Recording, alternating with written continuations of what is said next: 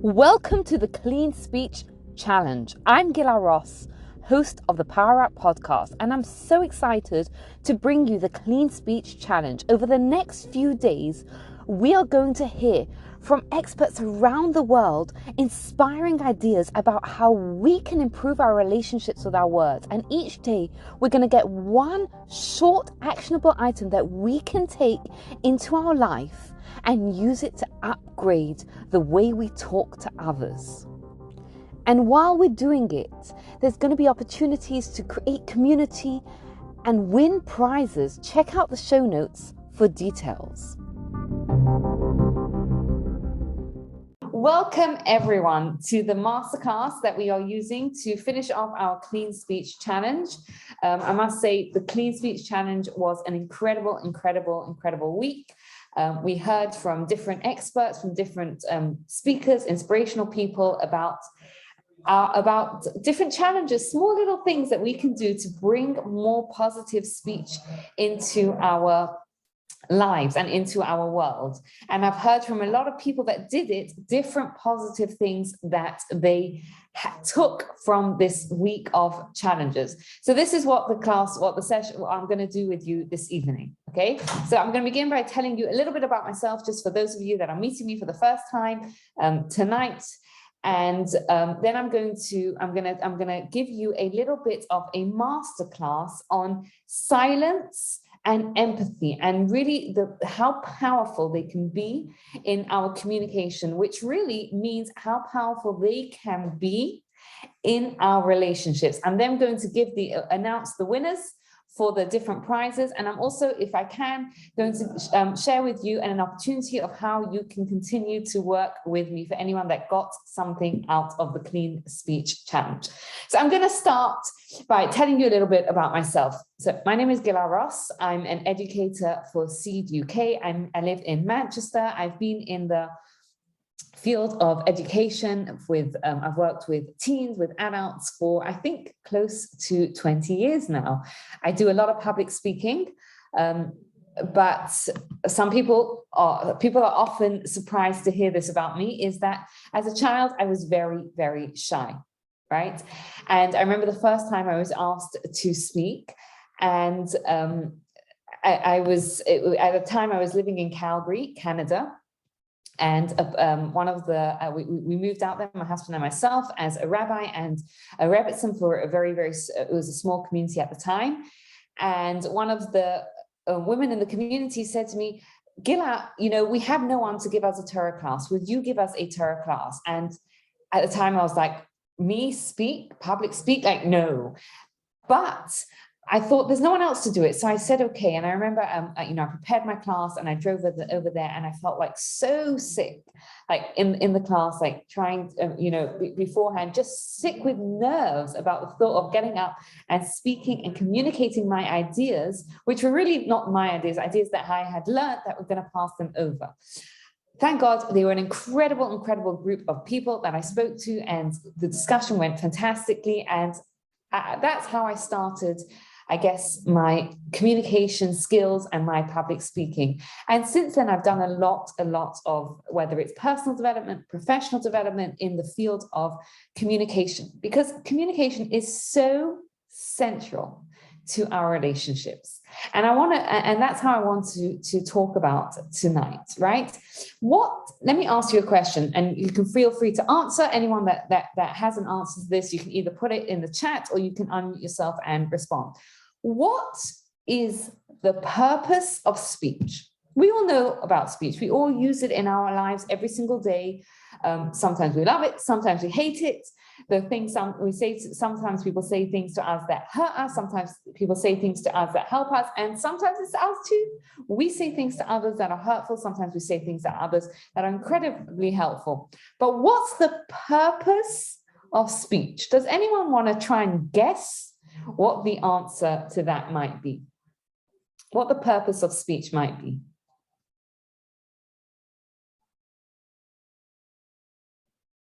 Anyone? And while people are thinking, if anyone wants to put it in the chat, you can. If you want to unmute yourself and tell us, you can do that too. I'm going to share some ideas that I've heard from other people, right? And that is sometimes, people will say speech is to connect, right? Speech is to connect other people to us. But there's actually a very, very deep and meaningful purpose to the speech. And this is from Rav Wolbe, and he says that, do you know what the purpose of speech is? It's to better understand and appreciate one another, right? Think about that. It's not just to talk about our ideas, to communicate what we want, to get things done, but it's to better understand and appreciate one another, which interestingly, why there is a mitzvah, there's a commandment in Judaism that when you go to a wedding, to sing praises of the bride and the groom. Why? Because when they hear praises sung about each other, they come to appreciate and love each other even more. So I think firstly, it's really, really important to bear this in mind, to understand that the purpose of speech is to better understand and appreciate one another. And the truth is, there's a direct correlation between our own happiness and understanding our purpose, right? The more we understand the purpose of something, and the more ultimately we understand our own purpose, right? What makes me unique? What do I bring to my family? What do I bring to my community? What do I bring to the world? The more happiness and meaning we feel in our life, right? So the more that we know that's what something's for, the happier that we can be. So the more, and because speech is such a central part of our lives, the more we can understand what speech is for and how best to use it, the happier we will be. And if you think about it for a minute. Think about, when communication is going well in your relationships, and this is any relationship. It could be a relationship with a spouse, it could be a relationship with your kids, it could be a relationship with your parents, with friends, it could be professional relationships, right? When you're in a team meeting, or you're in, or if you're leading a group, or if you're speaking to your boss, and you can communicate your ideas effectively, and communication is going well, the better our relationships feel, and the more happy and satisfied we feel. So that's what we're going to start to unpack tonight, is how do we best use speech? So there are two parts to speech, right? And we don't often think of it like this, but I'm going to show you, if you follow along, I'm going to show you how this works. So often, if I were to ask you, what's the opposite of speech? You'd probably tell me silence, right? Because we think of speech and silence, right? They're two opposites. Just like we have black and white, we have silence and speech. But actually, they work best together, right? What do I mean by this? So let me ask you a question. What is silence? Does anyone know what that thing called silence is? And sometimes we crave silence, right? If you think about it, and like everyone's talking, or you're trying to get stuff done, and you're just craving that silence. We crave silence. What is it? Sometimes we crave communication as well. But for the minute, think about silence. What is silence? What happens during silence? And again, if anyone wants to weigh in and answer, you can feel free to either write it in the chat, or you can unmute yourself and answer. Okay, so this is what silence is. When we're silent, it's not just the absence of speech. Something very powerful is happening, and what we're doing is we're actually speaking to ourselves, right? And it's an inner work, right? What we're doing is we're understanding, not just understanding, but we're improving our inner world, right? And really, this is why silence has to be a prelude to speech. Why? Because when we speak, what happens when we speak is we reflect what's in our hearts, right? If you think about it, sometimes when you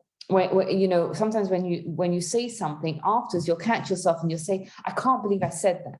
Where did that thing come from, right? Whether it's, you said something to someone else that you regret, right? Or you said something about yourself that you were like surprised that you said. I don't know if any of you can relate to it, but I've certainly had situations where, you know, I've said something and then afterwards I've been like, oh my goodness, did I actually say that? And what is that? Where's it coming from? Was it like some sort of alien that just put words in my mouth and out they came? No. Usually what it is it's coming from our heart, right? Like sometimes we have a resentment towards someone else and we don't say anything. We just block it down. We block it down. We block it down. And then we're having a conversation about something totally unrelated, or, you know, they do something completely different. And then boom, we say it, right? Why? What's going on is we are reflecting what's really on our hearts, right? So obviously what I'd like to point out here is that we don't always have to say what's on our heart, right? Obviously, if it's not right for the person to hear what's on our heart, or if it's not right for us to share what's on our heart, we don't have to share everything that's on our heart, but really speech is a reflection on what's on our heart. So that's why before we speak, we need to have that silence so that we can do that inner work, that processing, and improve upon those things that are in the middle of or in our heart. And the truth is, I'm going to share with you a few different ideas that teach us about how speech and silence work together. Pirkei Avot, which is Ethics of the Fathers, which is one part of the Talmud that is dedicated completely to teaching us how to live our life in the best, most wise way. And it tells us to teach in as brief a style as possible, which is what I'm going to try and do right now, right? I'm going to try and give you the info that you need to make this practical for your lives without any of the fluff. Right? It says, and if you've ever, sat through one of those long-winded lectures, I don't know if you remember back when you were in school or back when you were in university, and you have one of those lectures that just like goes on and on and on, and they're saying the same thing again and again and again, and you're just stretching it out, and it's just painful to listen to. So Pirkei Avot is saying is that speech is enhanced when we make the most use of silence, right? When we maximize the silence and minimize the speech. And really, that's the key of a good educator. A great educator is someone who can give a concept over in as few words as possible, who can make it simple, who can condense the speech and expand the silence. Pirkei Avot is here teaching us that when we speak, it works best with silence. And this is specifically for teachers, for someone who's teaching it. But if you think about it, most often communication, speech is about us teaching someone else about something, right? Sometimes it's about teaching them what it's like for us in our world. Sometimes it's teaching them what we would like from them. Pirkei Avot is telling us when we expand the silence and minimize the speech, it's most effective. Silence is that place where we do the inner work, right? And the non-verbal aspect of speech, right? Our body language, how we listen, right? How we give attention to the other person is so powerful. Because if you think about it, what are you saying to someone? When you don't talk, you just listen to them. What are you saying to them? So I'm going to share with you a very, very powerful story. There's a rabbi in New York. His name is Rabbi Yaakov Horowitz, and he's very, very well known for the work that he does with teens that are at risk, right? His focus really is on kids, on keeping kids safe. He's written a couple of fantastic books for children about child safety. And he's really made that his mission to help children and especially teens at risk. And he works with some of the most difficult, closed off teens, right? Teens that have been through so much trauma and are coming to him. And he has a phenomenal success rate. So someone once asked him, what's your secret? What's your secret? You work with teens that are closed, not open to listening, and yet you're able to get somewhere with them. What's your secret? So you listen to this, because it's phenomenal. It's so simple, but it's phenomenal. He says, you know what I do? The very first time I work with a client, and every single time when a client walks into my room, do you know what I do? I pull my phone out of the socket. That's it. Why? Because do you know what he's communicating to the client at that point? He's saying, it doesn't matter what, you are now my priority, right? Such a powerful concept. And you know what? A lot of us are blessed with phones. And we can do the exact same thing. It's such a powerful concept if you think about it. You don't even have to switch your phone off. All you have to do, when you're talking to someone, is put your phone upside down. Put it away. You're already communicating to them, my attention, my focus is on you. It's such a powerful message that you're giving without any words. And you know what? It's even more powerful than saying that to someone, right? And again, it's communicated in that silence, in that space where we do the internal work. And again, what are we doing when we turn our phone upside down? Is we are communicating to, firstly, we're taking the step to put away distractions and focus on the other person. And we're communicating that to someone else. So we have these two parts of speech. We have silence and we have speech. And silence is that space. And these two things, they work best together. And silence is that space where we do the inner work, right? Where we improve upon our internal world before we speak. Now, obviously, a big part of what we do in that silence is we listen, right? And listening is an art. And that listening is so powerful. As I shared with that story of Rabbi Horowitz, that's what he attributes, right? That the mere act of showing the client that this is your time now, right? Like, I am focused on you, I'm focused on listening to you, was so powerful. Now, what is effective listening? I don't know if any of you have ever been in a situation where you're with someone else and the person will turn around to you and says, you're not listening to me. And you might be listening, but they're not feeling heard. Or sometimes we're in that situation. I don't know if anyone here has ever been in a situation where you're talking to someone and yet you feel that they're not listening, right? Their ears might be on you. They might be looking at you, but you just feel like they're not listening. So what goes into effective listening? So there's three parts to it, and it's fascinating because what we're going to do is we're going to look at the Hebrew word for listening, and with that we're going to understand deeply how we can effectively listen to other people. So the fascinating thing about the Hebrew language, the biblical Hebrew language, is that it's unlike, for example, English. In English, the word cat, there's nothing inherently cat-like about the word cat. That's just what it is. It just is a label, 3 letters that we assign to an animal. That's it. But in Hebrew, that's not. There's a whole system to the language. Each letter has meaning. And one of the ideas that we learn from the Hebrew language is that the words communicate the essence of what it's talking about. And oftentimes when you have a Hebrew word that has different meanings, there's a connection between those different meanings. So we see this with the word listening. The word in Hebrew for listening is shomea, right? And shomea has 3 different translations. It means to hear, it means to understand, and it means to accept. And really, this teaches us the 3 different parts, 3 different aspects of listening, right? The first part is a physical thing, right? The first part is just physically hearing. We physically have to catch the other words that the person's saying, right? Now, if you think about this, sometimes it's difficult, right? If you're in a busy street and it's very, very noisy and someone's trying to talk to you, you may not hear them. If you're at a wedding call and someone's trying to talk to you, you may not hear them. If you're at home and you have kids and one kid is trying to catch your attention and there's so much noise going on, you may not be able to hear them. If your mind is a million miles away, you may not be physically able to catch the words. The first thing that we need to do is we need to say, what conditions do I need to meet to physically catch this person's words? Ideally, when someone comes and wants to talk to us, we'll say, okay, let's go find a quiet place where I can talk to you, right? It's not always possible. Sometimes someone catches you when you're in a bad mood. Sometimes someone catches you when you're tired. If you've ever tried to sort something out when one or both of you are tired, you'll know it's very, very difficult.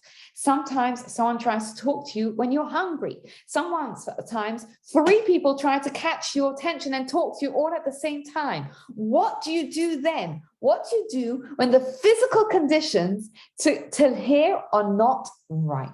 Okay, so ideally, what you would do, the ideal is to turn around to that person, right? If it's a child, if it's a spouse, if it's a coworker, whatever it is, and say, you know it's really important for me to hear what you have to say. Let's go somewhere for 5, 10, 15 minutes and talk now. It's not always possible. So this is the next best thing, and it's just as powerful, right? Is to tell them, to turn around to them and say to them, what do you want to talk to me about, right? Just give me, a headline kind of thing. And then say to them, I really, really want to hear, and I want to give you the attention that you deserve. Let's make a time when this can happen, right? So if, let's say you're a mom, and you're serving supper, and one of your kids comes home from school in a really bad mood, and you sense that they're ready to talk, right? Which is not always, right? That's I think the very important thing to know about listening is that listening often doesn't happen on our terms, right? Listening often happens when the other person is ready to talk, right? Now, if the person comes to you and it's just not possible, right? It's just not possible. There's too much going on, or you're rushing into a meeting, or you have a deadline to meet, or you're starving, or, you're exhausted. You literally can't think straight anymore. When you turn around to them and you say, what you're saying is important to me, and I want to catch what you have. I want to give you attention. Let's set a time. And you say, you know what? Let's do it in an hour when I finish that meeting, or let's do it at 9 o'clock tonight when the house is quiet, or let's do it 9 a.m. tomorrow morning.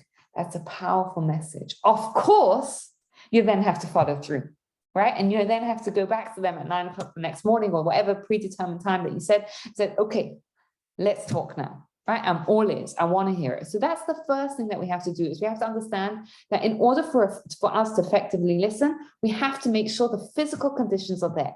We have to both be in the mindset to listen. We have to have the headspace. We have to have the physical distraction-free place so that we can actually just catch the words. And if it's not possible to do it right then express that, communicate that clearly. And that the reason why you're putting them off is because you want to listen to them and you want to give them full attention. And remember to ask them what it is that they want to talk about, because sometimes you'll come back and they'll forget what they wanted to talk about. So at least if you have a prompt, if you have like, oh, you wanted to tell me what your teacher said to you in school, or you wanted to tell me about that thing that I did last week that wasn't that you didn't like, right? So that at least we can prompt them what it is, and then we follow up with them at that time and we give them the attention that we need. Okay. Now that's step number 1, vitally important. But it's step number 1. The second thing, again, from the word lishmoa, means to understand, okay? Now here, what we have to understand is not just what's being said, but also what's not being said, right? And it's fine to ask questions, right? To ask, obviously, you don't want it to be an interrogation, right? I think it comes, again, this is where that space of silence comes from, where we can really do that internal work of making space, right? Removing ourselves and making space to listen, to understand what the other person's world is like. Right. And we can, Rav Issachar Zalman Meltzer, and I think this is so powerful, is that he would take a few seconds before he met someone to just remind himself of the inherent worthiness of every single person. He would just take a few seconds beforehand to just remind himself, the person that I'm about to meet has a holy soul. Right? And we could do that too. Just take a few seconds to ground ourselves, to remember that we're meeting with another human, right? And there's more that connects us than divides us. And we also have to clear that space so that we can listen to what is and what isn't being said, right? And we can also read body language. And again, we don't have to worry too much about this. It's really when we have those, the physical conditions are met, right? Where we have that distracted free space, and we're in a space to listen, and we can understand, we can ask for clarification, right? If you're not quite sure what they mean, you could say, oh, is that what you mean? And again, if we get it wrong, then that's fine, right? Obviously not an interrogation, but and when it comes from a genuine place of wanting to understand, it's accepted. Interestingly, Pirkei Avot again gives us a clue on how to do this. And he says that there's an idea that we're supposed to greet people, our faces are supposed to be sever panim yafot, that we're supposed to greet people with a pleasant expression on our face. And what does it mean? It's sever. Firstly, our faces have to have an expression, right? Listen with expression, right?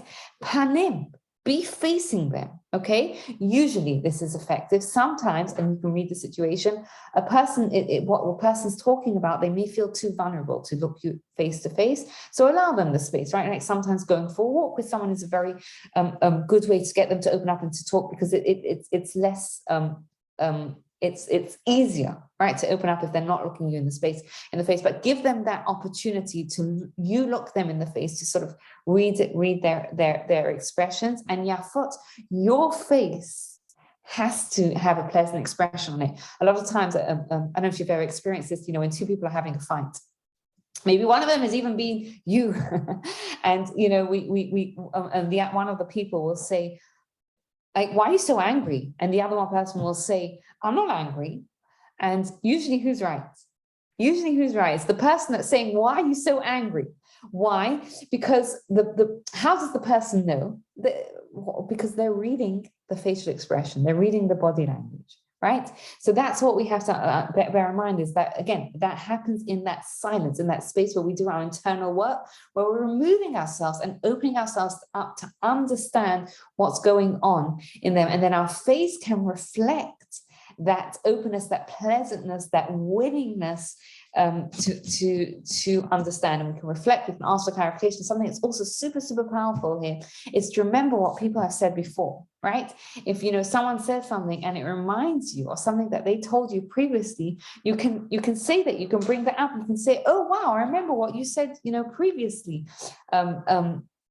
And that's a very powerful way to show someone that you're listening to them. Okay, so that's the second thing, right? So we had number one, the hearing, the physical conditions. Ask myself, what physical conditions need to be met so that I can actually catch that person's words. The second thing is understand what is and isn't said. Ask questions to try and figure it out, but be open to really try and understand. And the third thing, which is sometimes also hard, is accepting, right? And that means it's accepting with either all or part of the other person's side of things, right?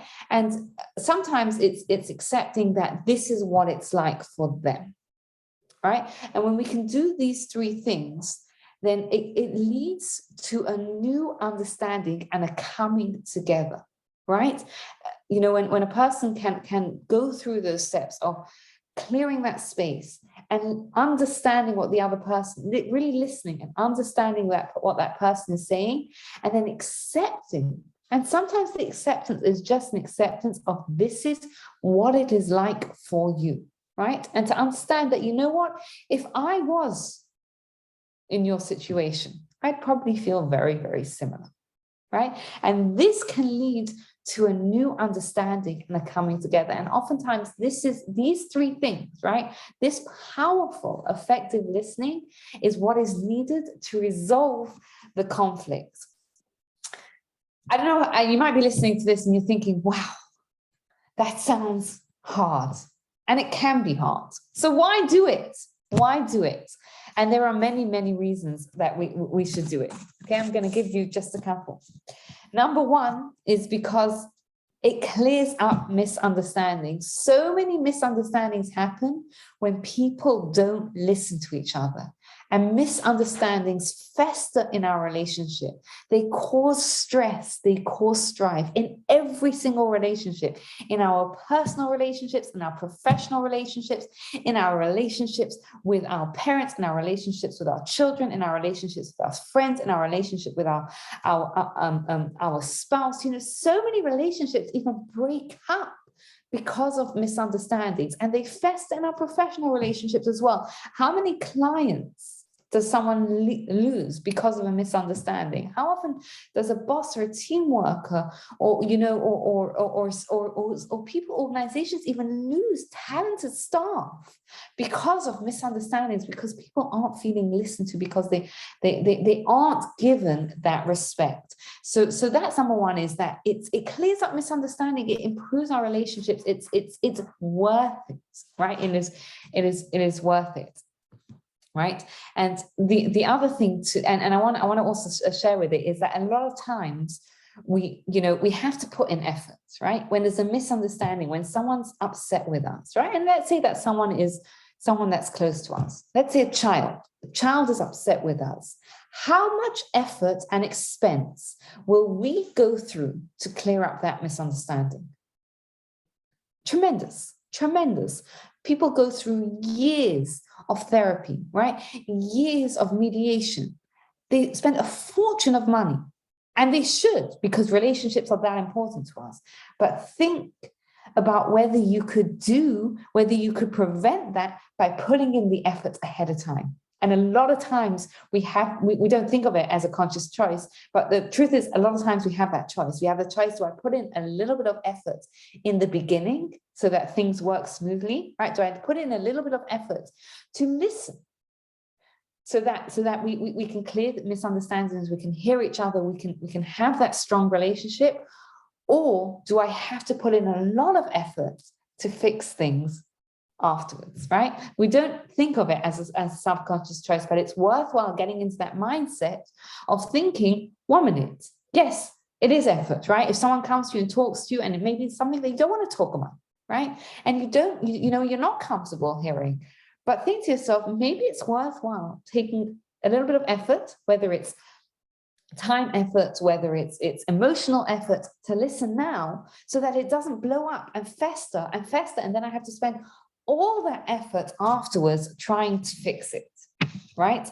Now, there's a second reason also, and that's because we're told kamayim panim el panim, that our one human heart reflects another human heart, right? When we as people, what's in our heart is reflected in the other person, right? Because you can sense it. Oftentimes it's not what it said, it's how it said, but it's also we sense where someone's coming from. And that is just like water reflects whatever is next to it, right? You can see the reflection in the water. So too our hearts reflect each other. So when we open up our heart to make that space to listen to someone else, they do the same for us. And that really enables our communication to start taking off, okay?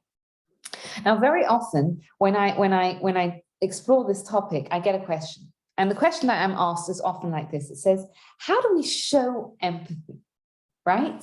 And sometimes, you can show empathy to someone and it doesn't land well, right? They'll be like, they'll roll their eyes, or they'll just like brush it off or whatever. So it's a very, very, very good question. I'm going to just touch on it a little bit, because I think it's if anyone has ever experienced true empathy, you know how powerful of a gift it is, right? When you're felt validated, it feels so freeing. It's such a gift that we can give to someone else.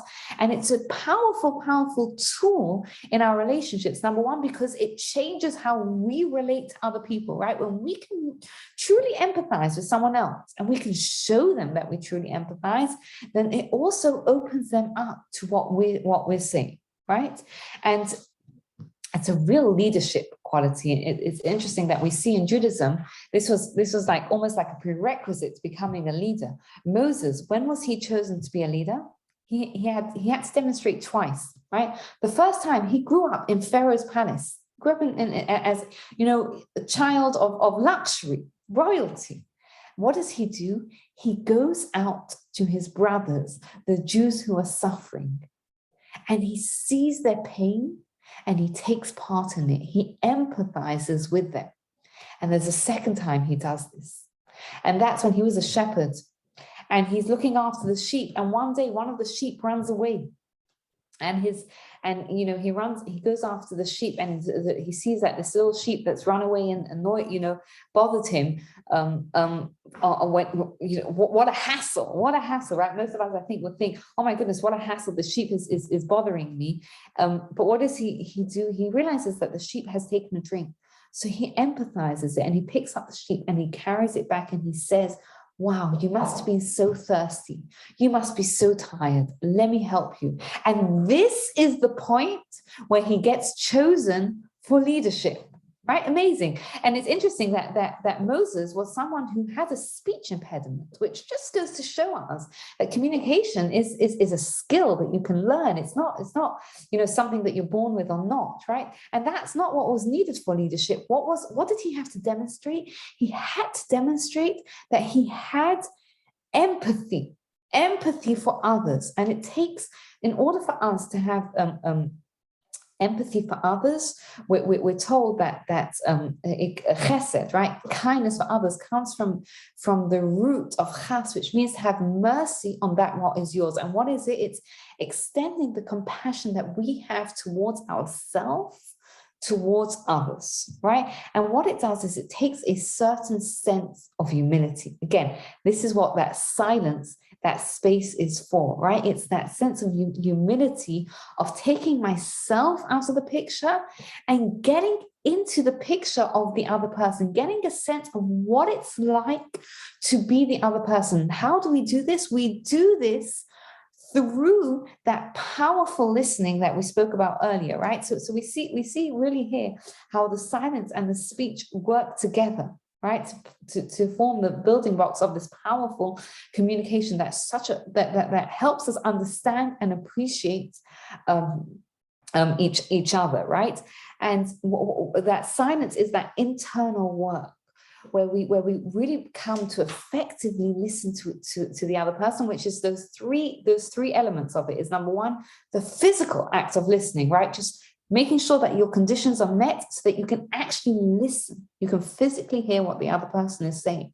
And then it's that internal work of understanding, right? Of clearing that space within ourselves to open ourselves up to try and understand what is and also what isn't being said. And then there's an acceptance. And when we do that powerfully, the question isn't how do we show empathy, but it's how do we feel empathy? Because when we feel empathy, we can reflect that to the other person. And this is just really, I guess, one part of that powerful tool that we have, which is called speech, right? Which really helps to accept and appreciate one another. So what I'm going to do is I'm going to tell you, I'm going to announce the winners of the Clean Speech Challenge, and then I'm also going to share with you, because I'm launching a new course, because communication is so central to our relationships. And what I've done is I've put together, in the style of a powerful teacher is someone who minimizes the speech and maximizes the silence, because I know that all of us are busy. We have lots of stuff on. We want the tools without the fluff, right? We want those skills without the fluff. So I've put together a 4-week course that is going to give you the tools to really transform your relationships. Because when we get communication right, it is transformative. And again, if you think about it, like, how much effort do we put in? How much time is that from us when we have to clear up misunderstandings, when we have to resolve conflict, when we're walking around with resentment towards people? that are near and dear to us, whether it's in our personal lives or in our professional lives, right?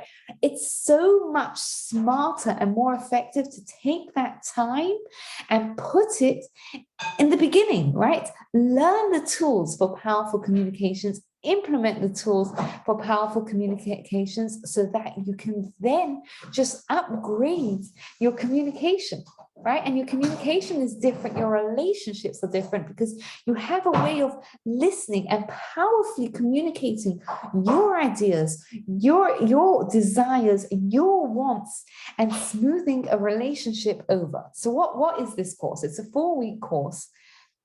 And what we're going to do is in week number 1, we are going to lay the foundations, right? What do you need? What do you need in order to have powerful communications, right? Because sometimes, I don't know if you've ever experienced this, but sometimes, you talk to someone else and either you or they overreact or underreact to it. And this is part of like the foundational things, right? Like, how do you know when someone's overreacting, underreacting? How do you know when when it's not the right time? How do you sort of lay the foundations to be able to powerfully communicate? Then we're gonna talk about having hard conversations, right? Once we've sort of laid the foundations, spoken about listening and communicating, we're going to take it up a step and talk about how do we have those hard conversations, right? Those difficult conversations, the ones that are more likely to lead to friction. How do we have those conversations in a way that builds our relationship? We're going to finish off the course with explaining what to do when communication goes wrong. Because we've all been in that situation, right? We went in with the best intentions. We tried to get our point across, and it all went haywire.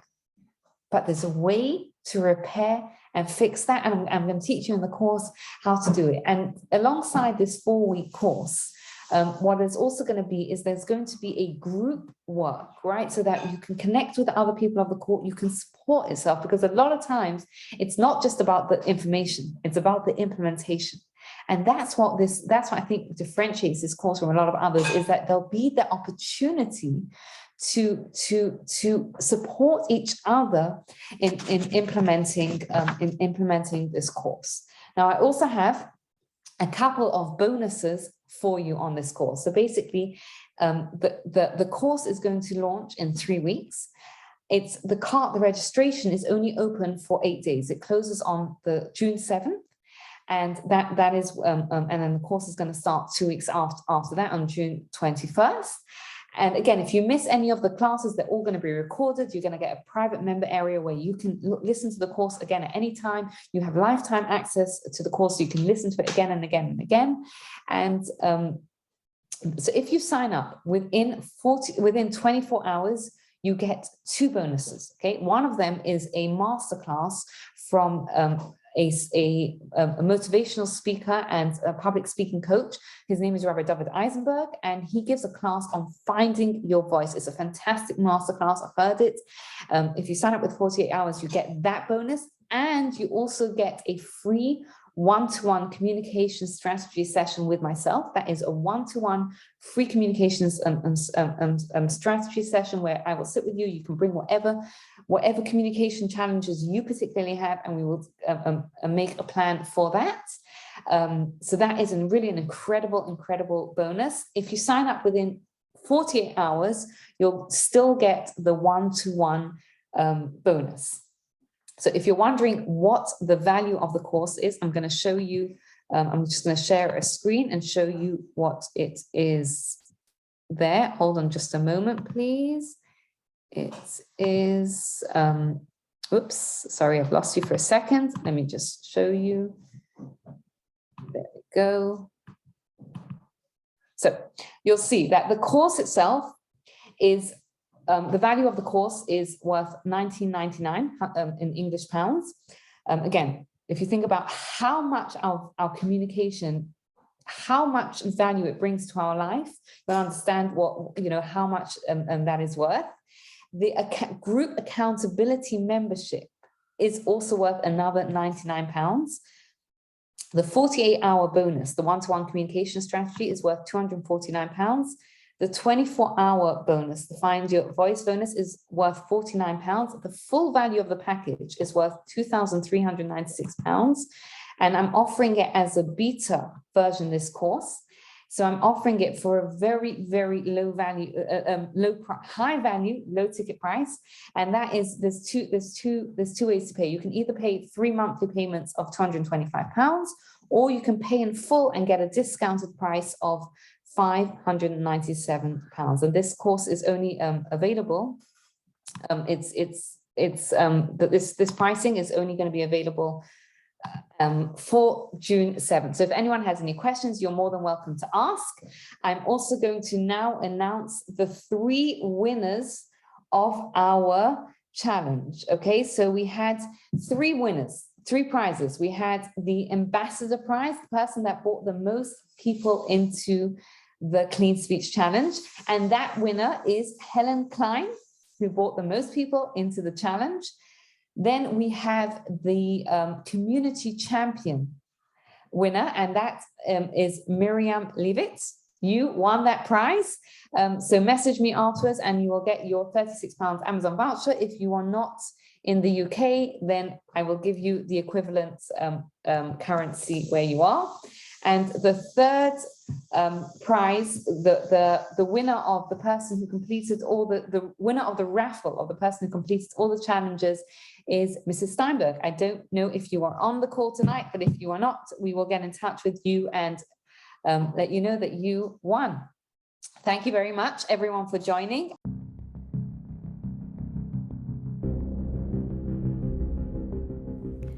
Thank you for listening. I can't wait to hear how the challenge went for you. You can email me, gilaross@gmail.com. And please take a moment to rate, review, subscribe, and share this challenge with anyone else who will benefit from it. Thank you and have a wonderful day.